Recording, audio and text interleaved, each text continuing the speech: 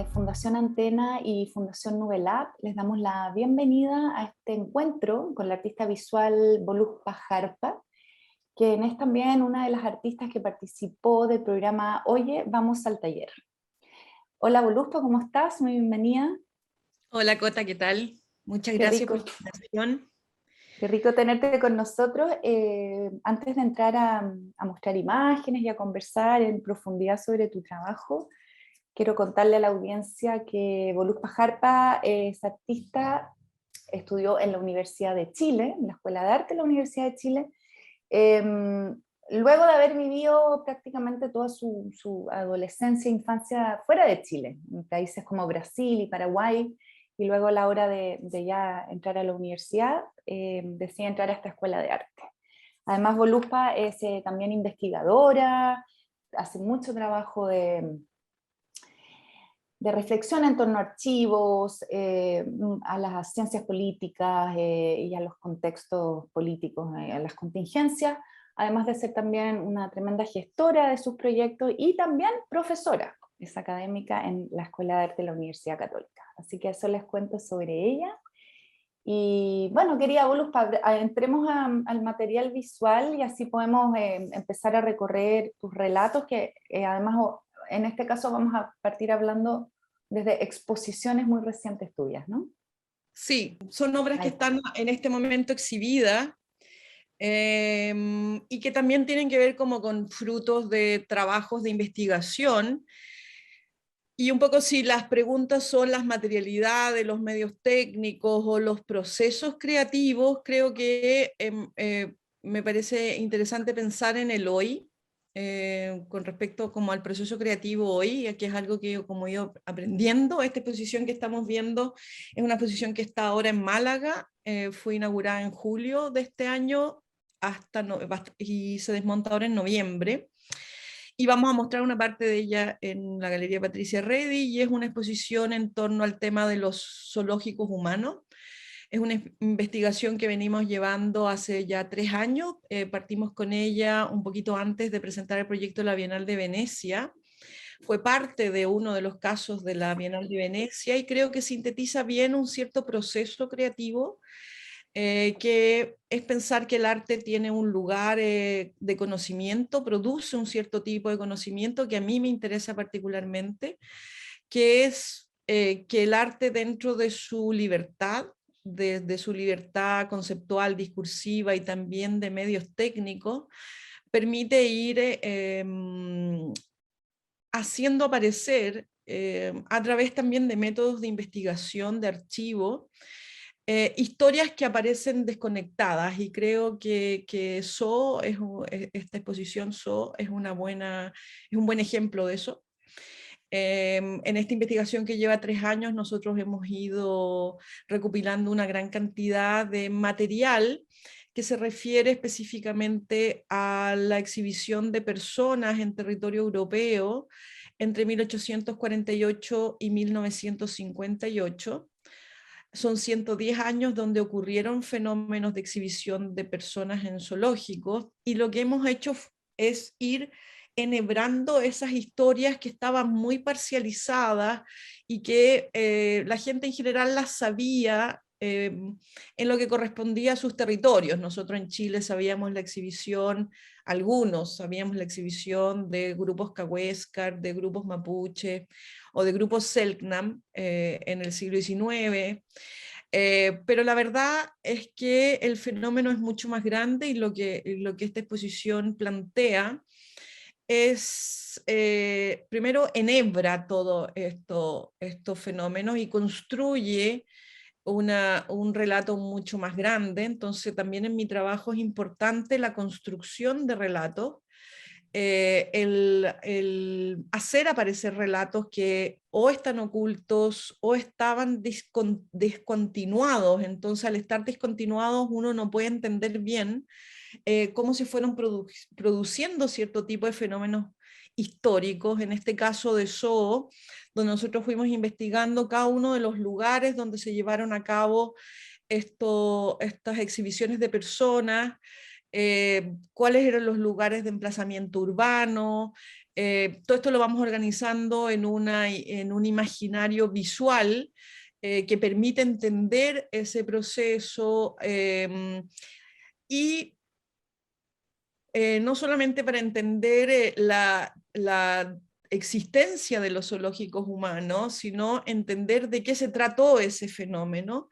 Y entonces al ir investigándolo empezamos a entender que los zoológicos humanos fueron, por ejemplo, un fenómeno que sirvió mucho para popularizar el racismo.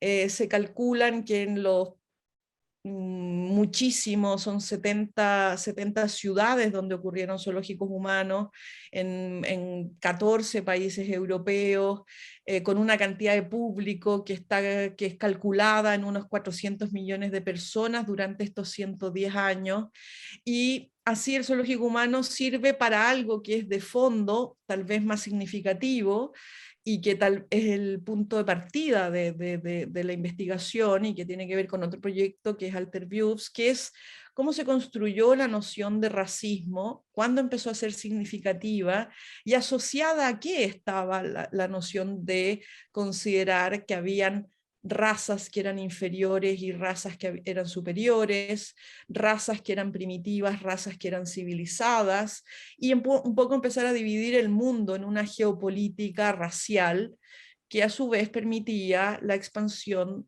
del poder europeo a través de colonias, ¿no? Entonces vemos que son fenómenos asociados de alta cultura y de baja cultura. El racismo responde a un fenómeno de baja cultura, pero sin embargo está sostenido por fenómenos de alta cultura, como la ciencia, por ejemplo. Todo el discurso racial que proviene de la ciencia del siglo XIX es muy importante para sostener este fenómeno popular de racismo. Las personas racistas en general tienen una mentalidad bastante simplona, ¿no? En términos que es una cultura más bien popular. Y vamos viendo como a través de esta construcción, qué es lo que hay detrás de esta construcción del racismo como un valor, ¿no? En el caso de la exposición de Málaga, incluimos también una pintura que ya la habíamos incluido en el pabellón de Chile en Venecia, que es el retrato de Camilo Catrillanca, entendiendo que no solamente el racismo ha modelado la historia europea con respecto a otros países, sino que también se ha infiltrado en nuestras propias sociedades, que también tienen problemas fuertemente marcados con un cariz racial. Y creo que el asesinato de Camilo Catrillanca nos va a pesar dentro de esta lógica racializada que nuestra sociedad chilena también comparte con ese discurso popular del racismo, ¿no? Voluspe, te puedo preguntar sobre el puente que hay entre todo lo que nos has ido contando, que además es tan potente y da para una conversación muy extensa, pero llevar eso a la visualidad en términos de la pintura, el dibujo, a estos objetos, pequeñas maquetas, intervenciones, ¿cómo trabajas o cómo se da eso abordando además temas tan complejos, incluso macabros en algunos casos? Bueno, en general las historias con las que yo trabajo son historias que tienen una fuerte resistencia psíquica por parte de nuestros contemporáneos, son historias que las personas no quieren ver, no quieren saber o incluso desde su psiquis las tienen completamente negadas, ¿no? Mucha de la violencia que nosotros hemos vivido y vivimos está sostenido por un aparato psíquico negador, ¿no? Que generalmente a través de la negación invalida los hechos, la realidad, las instituciones y los discursos históricos a través de datos concretos, ¿no? Gran parte de esta investigación tiene que ver con levantar datos, ¿no? Levantar datos históricos que están ahí a veces secretos, en el caso del trabajo que he hecho con los archivos desclasificados, o a veces son historias que están inconexas y donde falta el hilo conductor que las haga posible de ser asimiladas. Como está esta condición del espectador contemporáneo de que la historia oficial le ha negado estos procesos de comprensión de estos fenómenos, Mi trabajo como artista un poco es buscar distintos medios técnicos que permitan aproximarse a aspectos distintos, que puedan hacer una bajada a la experiencia del espectador con respecto a la información que estamos narrando, ¿no? Entonces, en ese sentido, los medios técnicos, las dimensiones, las materialidades, tienen que ver como con los objetivos un poco que queremos mostrar en cada una de los relatos. Entonces, solo por hacer un ejemplo, si en el caso de estos son fichas, son afiches que están construidos a través de computación, donde hemos reimaginado a través de los planos, a través de los datos históricos, dónde estaban emplazados esos zoológicos, en qué lugar de la ciudad, cómo se emplazaban con respecto a monumentos que, por ejemplo, eran muy claros de las ideas de progreso y civilización eurocéntrica. Entonces reconstruimos un poco a través de fotografías, a través de datos, a través de planos, cómo era ese lugar, ¿no? Que es el caso de estos afiches.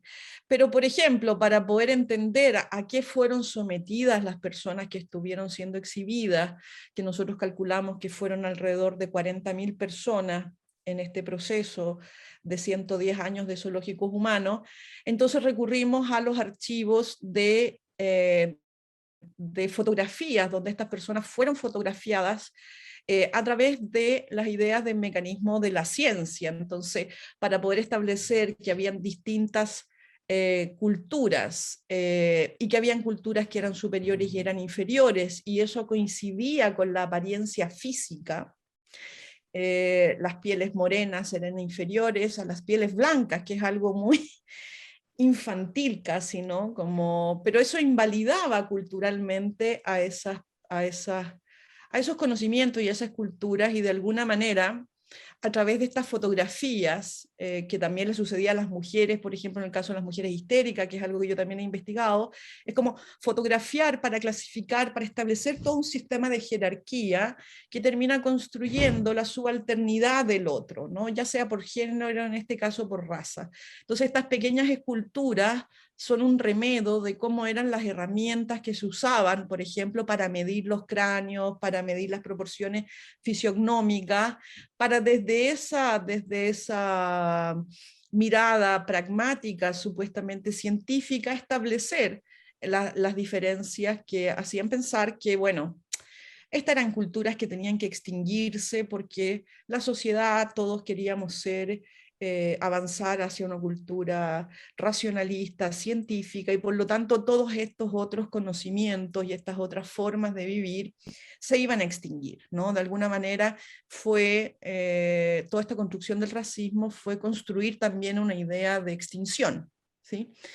Y en ese sentido Y, las imágenes son usadas de con esos fines, ¿no? y el tema en este caso, sobre todo de que sea monocromo, veo que todo más azul en esta exposición puntual, porque no siempre es así, pero esa decisión Sí, eso cromática viene parte de esto mismo. sí, eso viene del trabajo que hicimos en los casos de Venecia, y los mantuvimos como un ejercicio más bien poético. En el caso del azul elegido para los zoológicos humanos tenía más que ver con un cierto tono como de tristeza, ¿no? Como de una energía baja que tiene que ver con, así como las histéricas le dimos un color fucsia rojo que tenía que ver como con un desborde. A esto le dimos más bien un tono Azul en este caso. ¿no? Eh, Avancemos ahí ahora a otra sala, esto también es en este mismo Claro, espacio. y esto es la segunda sala donde hay todo un tema de cartografía y archivo, ¿no? Entonces hay un gran mapa, que es ese mapa donde se unen los puntos, desde dónde fueron llevadas las personas a dónde fueron exhibidas, en un mapa mundi que tiene otra construcción del mapa mundi, que no es el mapa de MacArthur, que es un mapa súper manipulado en términos ideológicos.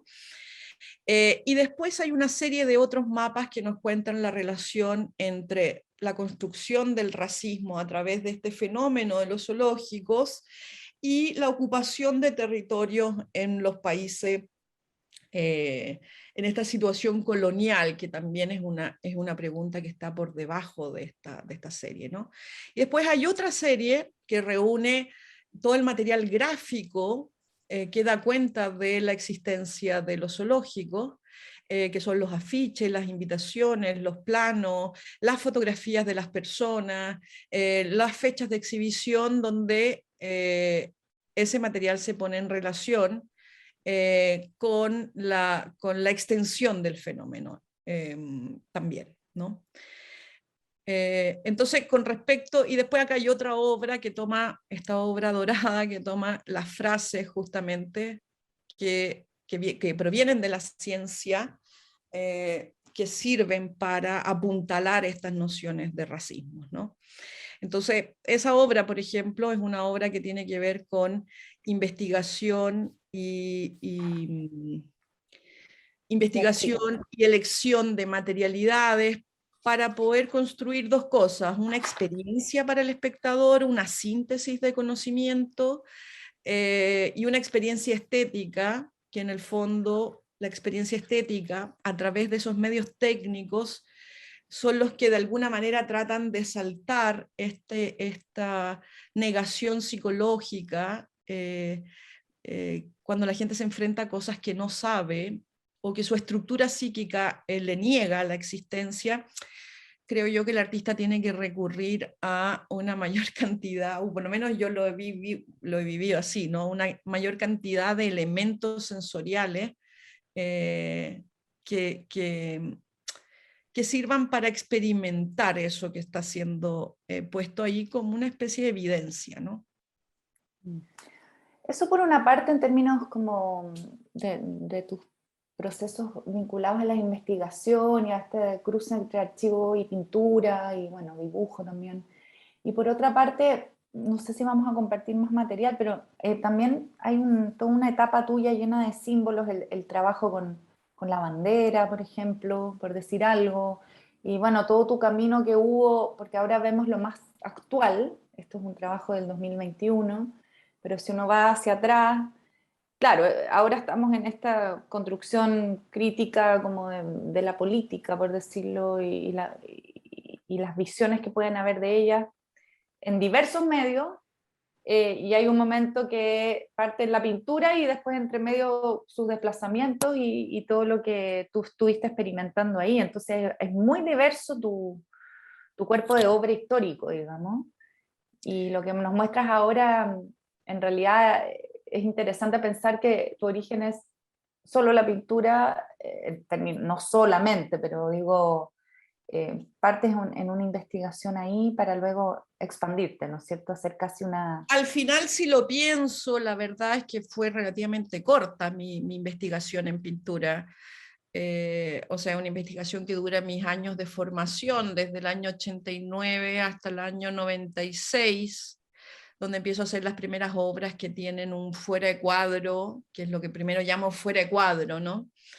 Que era como una incomodidad con el lenguaje de la pintura. La pintura es un lenguaje muy maravilloso, y creo yo que la historia de la pintura es una historia muy importante para la conformación y formación de la matriz de pensamiento de un artista, pero hay una serie de cosas que la pintura no permite hacer, y creo yo que siempre estuve un poco incómoda con la pintura, ¿no?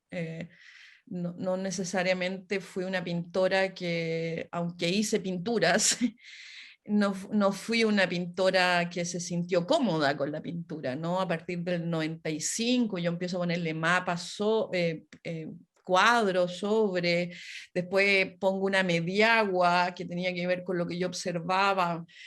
Esto es del 97, observaba que había una desigualdad social muy grande en Santiago como ciudad, que yo empecé a mirar a través de los sitios Eriazo, y en una historia que llego como a una mediagua que estaba al centro de un sitio Eriazo, pero por ejemplo para mirar el cuadro que está detrás de esa pintura había que entrar a una mediagua. Eso ya lo hice el 97. O sea, el 97 ya la pintura me era un lenguaje que no era suficiente en términos de lo que el lenguaje mismo podía contener. Creo yo que la belleza de los lenguajes es que uno entienda para qué sirven, ¿no? Mm.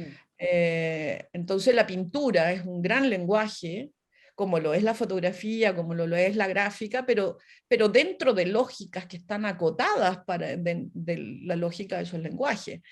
Entonces, en la medida que uno empieza a forzar eso, sobre todo en el caso mío, que trabajo con historias que son difíciles de narrar o que no existen o que están tapadas o que son secretas o que fueron borradas, evidentemente los márgenes del lenguaje y de los medios técnicos es algo que siempre voy a ir explorando. Por ejemplo, esta es una obra del 98 y lo único que tiene de pintura es que borré con una pintura una parte de la fotografía digital y después hice a mano una trama de fotográfica, digamos, ¿no? Entonces, Pero en creo yo, definitiva, para quienes nos están viendo, creo que uno podría quizás decir esto de forma más simple, en que partiste siendo una pintora, un artista que necesitó salir del cuadro, básicamente, ¿no es cierto?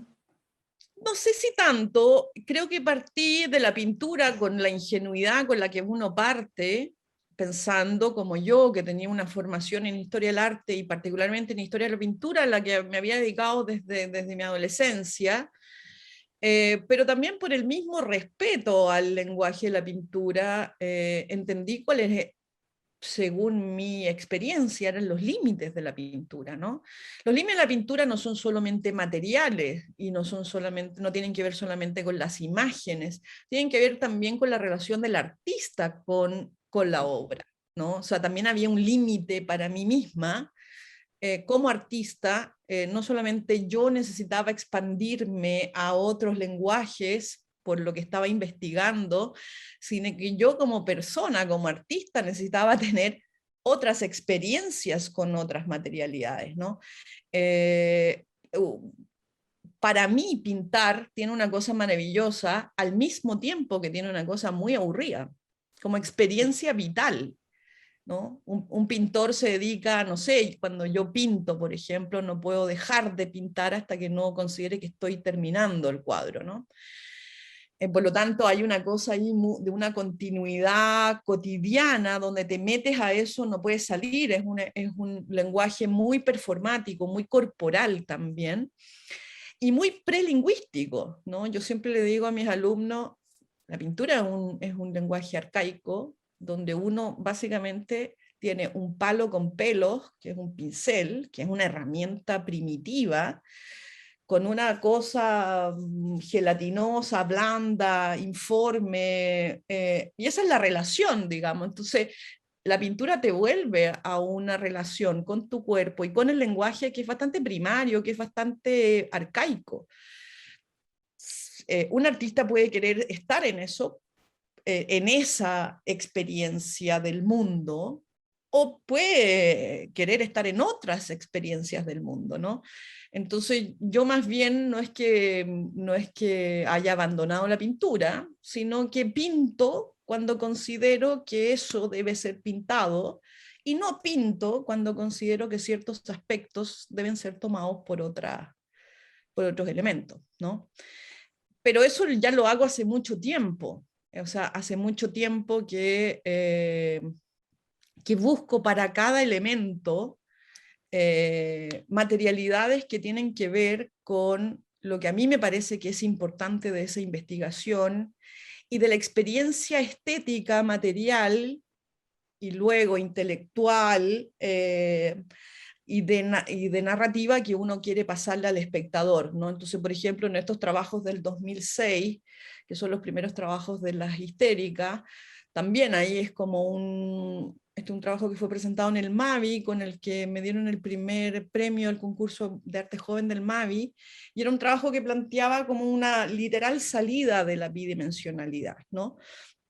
Pero porque en ese momento yo estaba trabajando con la historia de la histeria, que es algo que vengo trabajando hace mucho tiempo, que es la historia de esas mujeres que sirvieron para a partir de un profundo malestar social, psíquico, inventar a través de este malestar corporal algo tan importante como el psicoanálisis, digamos. O sea, si no hubiesen habido 5.500 mujeres convulsionando en un hospital de París, probablemente no tendríamos psicoanálisis hoy, digamos, ¿no? Entonces, de alguna manera, yo veía en esa historia una rebeldía, una rebelión de mujeres anteriores al comienzo de las organizaciones políticas de las mujeres, ¿no? Al movimiento sufragista y todo eso. Y entonces me parecía que eso no era pintable. O sea, que la idea que yo tenía para poder dar en ese momento, para poder dar cuenta de esta historia, de esta rebelión y malestar somático de las mujeres de fin del siglo XIX, producto de una sociedad patriarcal, restrictiva, donde el marido no le gustaba a la señora y la encerraba en un psiquiátrico, el hermano quería desheredar a la hermana, la encerraba en un psiquiátrico, o la mujer no calzaba con la moral de esas sociedades conservadoras, victorianas, cristianas, muy restrictivas con respecto a lo femenino en toda su dimensión. La imagen que yo tenía era como si estos cuerpos, estas mujeres lograran no hacer lo que hace el psicoanálisis. De hecho, cuando mostré estas obras en París fue una discusión que tuve con unos psicoanalistas, porque me decían, bueno, pero esas mujeres estaban individualizadas, ¿no? Eran algunas, ¿no? Dora O, Ana O, qué sé yo, los casos que más se conocen. Y yo decía, no, a mí lo que me interesa de esta historia no es la individualidad de esas pacientes de las que nos llegó su nombre, no sé, Agustín o algunos casos específicos. A mí lo que me interesa es el fenómeno colectivo, esta idea de cuerpo colectivo que de alguna manera yo veo en estos síntomas, ¿no? Entonces tenía la imagen un poco de como los seres pequeños cuando se autoorganizan en cuerpos colectivos mucho mayores, que son los cardúmenes, los pájaros, los insectos, que logran conformar cuerpos colectivos que son bastante monstruosos para el depredador, en la medida que conformen esa noción de cuerpo colectivo, ¿no? Entonces, lo que más me interesaba en esa época era la idea de cuerpo colectivo, pero yo no podía llevar esta idea a la pintura, digamos, no habría sido como en mi invención, en mi cabeza, a lo mejor se puede llevar a la pintura, para mí no se podía llevar a la pintura, ¿no? Y me interesaba sobre todo la idea de lo ingrávido, la idea del aire, ¿no? De hacer una escultura aérea que diera la sensación de que está suspendido, que hay un movimiento de estos cuerpos que configuran esta noción de cuerpo colectivo, ¿no? Voluspa, y para ir, porque desgraciadamente tenemos que ir acercándonos a un cierre por un tema de tiempo, porque sabemos bien que podríamos estar muchas horas hablando. Bueno, vimos el trabajo de cruce de archivo, investigación, llevado a la primera exhibición que revisamos. Hablamos un poquito sobre toda tu relación con la pintura y sus desplazamientos, el tema del tachado. Acá estamos con una imagen también de los archivos desclasificados, que han sido súper relevantes en otros momentos de tu trabajo y de tus investigaciones. Entonces, y a propósito de lo colectivo también, me gustaría hacerte una última pregunta sobre justamente qué preguntas te estás haciendo actualmente en términos del proceso colectivo de nueva constitución y cómo estás mirando eso también desde tu práctica artística. Sí, creo, lo estoy mirando de una manera que para mí es nueva, que no sé exactamente en qué va a dar. Estoy haciendo tanto esta exposición que hice en Berlín en abril de este año, que se llama Estudios para la Sindemia, como la exposición que tenemos en el Museo Mambo de Bogotá en este momento, y que ganó el premio Julius Baer a la mujer artista latinoamericana. Estoy trabajando con el tema del estallido social, un poco en la pregunta de lo colectivo, no solamente en la imagen, esta imagen potente de la revuelta, ¿no? O sea, un poco lo que veíamos antes, las mujeres histéricas. cuando los grupos deciden rebelarse a esos condicionamientos epocales, ¿no? O sea, cuando vemos a las mujeres histéricas, es muy interesante pensarlas como unas mujeres que estaban completamente constreñidas dentro de un sistema político, social, moral de una época, ¿no? En que las mujeres tenían que salir de eso, ¿no? Y de alguna manera el estallido social también me evoca eso, ¿no? Cuando pienso en esas marchas que fuimos, toda esa organización social, ¿no? Que hace que uno vuelva a pensar en el cuerpo colectivo, ¿no? Y en ese sentido estoy trabajando y voy a trabajar por los próximos 3 años con esta idea de sindemia. Sindemia es una palabra que habla de los efectos sociales, políticos, ecológicos, psicológicos que ocurren, uno podría decir, antes, durante y después de una pandemia. O sea, es como el conjunto de efectos y todo lo que la pandemia produce como cambio social. Las pandemias no son neutras, si los estudiamos. Por ejemplo, estuve durante mucho tiempo el encierro de cuarentena estudiando cómo había sido la peste negra, ¿no? Qué efectos había producido. Y nosotros que estudiamos arte, sabemos en la historia del arte que el mundo fue una cosa en un sentido simbólico hasta antes de la peste negra y otra cosa completamente distinta después de la peste negra, ¿no? Entonces, sindemia tiene que ver como con tomar esos síntomas a través de la violencia policial también que nosotros vivimos, ¿no? Pero la violencia policial entendida como aquello que rompe esta sensación de cuerpo colectivo, ¿no? Entonces pareciera ser que el control y el orden de la sociedad, y el orden de la sociedad como el orden de un sistema social, ¿no? Tiene que ver con mantener a raya esa emoción del cuerpo social, ¿no? Y de uno entendiendo que uno puede pensarse de 2 maneras, al parecer, ¿no? Uno puede pensarse siendo un individuo solo, aislado y por lo tanto buscando sus propios intereses, o uno puede pensar que uno pertenece a un cuerpo social. Y que si ese cuerpo social se ve afectado, uno se ve afectado también. Y es una pregunta misteriosa para mí, siempre ha estado esa pregunta. ¿Por qué esa primera persona del plural, ese nosotros, es tan emotivo, ¿no? ¿Por qué a veces nos llega a emocionar más que nuestras propias experiencias? ¿Y por qué hay gente que no le pasa eso?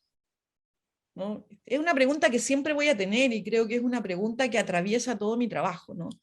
Esas diferencias de estructuras psíquicas, ¿no? Hay gente que no le importa lo que le pasa al otro y hay gente que sí. Bueno, me encanta como cierre también esto que planteas de la otredad, justamente porque creo que es una pregunta muy potente para dejar instalada. Yo creo que podemos todos aprender mucho desde una reflexión en torno a esa pregunta y evolucionar probablemente. Yo estoy de acuerdo contigo en términos del colectivo y lo individual probablemente es, no sé, más sano quizás, Sí, pensar siempre en lo sí, grupal. creo que el pensamiento individual es un pensamiento que tiene muy poco tiempo en la historia. Exacto. Sí. Creo que nosotros tenemos una intuición colectiva como manada de mamíferos que somos, cuya emoción colectiva está reprimida, pero aparece cada cierto tiempo, ¿no? Y Me parece pensando en las tribus también, o sea, cuando hablabas antes de las manadas de animales, pero también como los grupos tribales, y lo que dices tú, claro, probablemente lo colectivo tiene cientos de años, me encanta. Pero la pregunta, por ejemplo, por la violencia es cómo la violencia del Estado rompe, ¿no? Está hecha para romper esa emoción, ¿no? Ahí también nos deja con otro tremendo tema y que nos está afectando a todas las sociedades, a varias sociedades, a muchas en estos tiempos, así que nada, me gustaría quizás dejarte un último momento para despedirte y dejarnos con algún cierre. Y así cuando te conozcan personas nuevas, que conozcan tu trabajo, también puedan entender quién es la artista que está detrás de las obras que está viendo. Desde mi perspectiva, siempre tengo la idea de que el arte es un importante lugar de producción y elaboración de conocimiento, porque el arte básicamente es un espacio de libertad, ¿sí? Es de los pocos espacios de libertad que las sociedades permiten a los sujetos, ¿no? Y por eso el arte tiene este efecto balsámico sobre la sociedad, ¿no? Entonces, desde mi perspectiva, ese conocimiento producido por el arte, que no es un conocimiento racional, tampoco es solamente un conocimiento emocional, tampoco es solamente un conocimiento sensorial, sino que logra como ser sinestésico, mezclar muchas cosas, es básicamente un espacio de libertad, ¿no? Y creo que no ahora, tal vez ahora estamos más sensibles a eso, pero siempre las sociedades necesitan que ese espacio de libertad sea salvaguardado, ¿no? Exactamente. Eso te Eh, iba a decir, que sea un lugar donde justamente no entren los límites, las censuras, las manipulaciones, los medios que la puedan como dirigir, ¿no es cierto? Sino que siempre se mantenga puro de alguna forma, o espontáneo, original y genuino. Y es lo que hemos podido revisar hoy día contigo, en ese sentido. Eres un artista muy potente que cuida mucho ese lugar, creo yo también. Así que te agradecemos, Voluspa Jarpa, por tu generosidad siempre. Gracias. Gracias, Jota querida, un abrazo grande para ti.